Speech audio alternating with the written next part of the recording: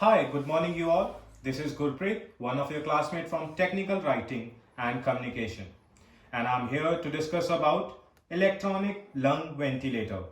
The Spencer Italia SR1 is known all over the world for the production of lung ventilators. It comes with a user manual, which is advised to read carefully by the customer to know the correct use of the device as it represents the basis of the customer-manufacturer relationship. It gives customer all the necessary information to allow the use and maintenance of the device. It includes information concerning technical aspects, operating conditions, and safety and the replacement parts. Here is the part about the machine. Now I will discuss about the lung ventilator as what it is, what the operating principle of the machine and its main components. To start with, Spencer 170 is a breathing control assistant device which comprehends some of the emerging trends in the field of automatic response.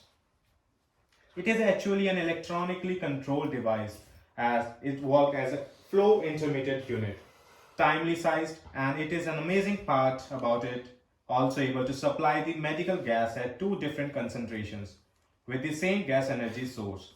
In addition to that, the device is portable with a 2-hour self-powered electric feeding system.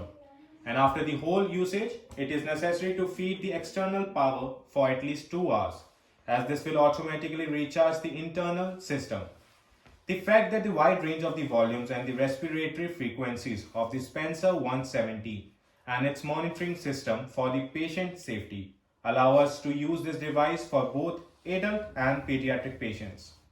Moving on to the components of this device. It is composed of front panel control, electronic control board, pneumatic block of gas mixing. To give you a brief explanation of its each component, the potent panel control is used to control all of the devices that operates the ventilator which are lodged into the panel.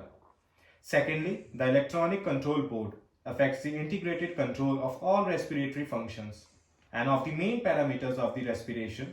And the last component, which is pneumatic block of gas mixing, is used to send the pressurized gas into mixing block of the device so it can flow to the cutting valve which is controlled by electronic check. Here are the dimensions of the device. It is actually 295 mm wide, 155 mm high and 145 mm deep. The actual weight of the device, including all the accessory, is 4.3 kgs. This device is realized to operate correctly under an electronic magnetic environment as it has successfully passed all the required tests by the harmonized standards and the notifying body. As discussed earlier in the operating principle that it can be used for both adult and pediatric patients, the use of this device breathing functions substitute based on patient's condition, which is shorter in the chart here. This device is mainly designed to use as an emergency rescue vehicles such as ambulance or helicopters. As we all know that to use every electrical device we need to follow some safety precautions. Likewise with Spencer 170, it comes with a safety precaution and operating instructions. Everything is labeled properly and briefly explained in the manual to avoid any confusion or electric shock. Some of the precautions are like don't operate without proper training and ensure execute all preparation and maintenance operations are as discussed in the manual. Rather than the precautions described, the device is provided with its own safety systems which includes mechanical overpressure valve which limits the maximum pressure to 60 mm per bar. Also the overpressure valve on the patient's valve is when the positions on infant level, it limits the maximum pressure up to 25 m bar. Another safety system is spontaneous breathing, which is used by the patients to breathe spontaneously when the ventilator is off or the gas supply is interrupted. Also, the device is provided with the independent power supply alarm, which is 9-volt battery, which functions even if the switch is off or the device is turned off. As mentioned earlier, the device comes with a label and precautions. One should never remove or cover the labels of the ventilator for the safety reasons. The manual includes all the necessary information related to handling, storage and installation of the device. To make sure the device is working correctly and safely, one should follow the operating instructions After connecting with the electric net, such as ventilator is connected to gas supply for automatic outlet. Secondly, the patient circuit or the non-breathing valve are connected. Then switch on the device and select the frequency. After making sure the device system is on and working fine, it is important to note that the switch position is turned to off and the oxygen supply is interrupted. As we know, this device uses certain components to operate, so how we will be alarmed or notified for the certain needs?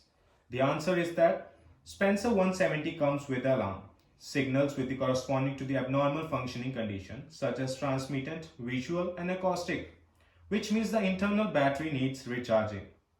The manual comes up with the troubleshooting chart, which includes the basic problems related to the device. It is shown in the form of table here, describing the problems, cause and the actions that can be taken.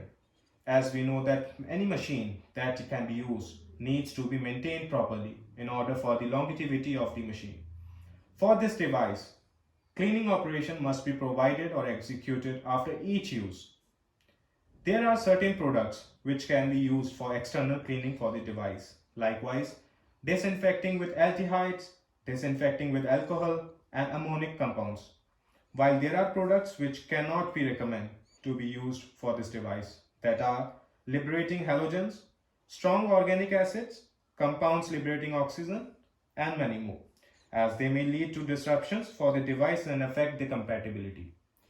Moreover, the ventilator must undergo general revision every 2 years, which is carried out by skilled and authorized people. They must check the ventilation parameters, frequencies, volume, and monovacuum meters. Also the alarms, how the system is holding the battery and the recharging circuit of the battery must be checked. In case of demolition of the device, it is necessary to separate the plastic pieces from the electronic components, which will be collected separately according to the law of force. At the end, a certain part of the device needs replacement. It can only be performed by authorized technician. To execute the spares, the list is mentioned with the codes which can be replaced or spared. Thank you for your time. It was nice to displaying this video with you. Thank you and have a great day. Bye-bye.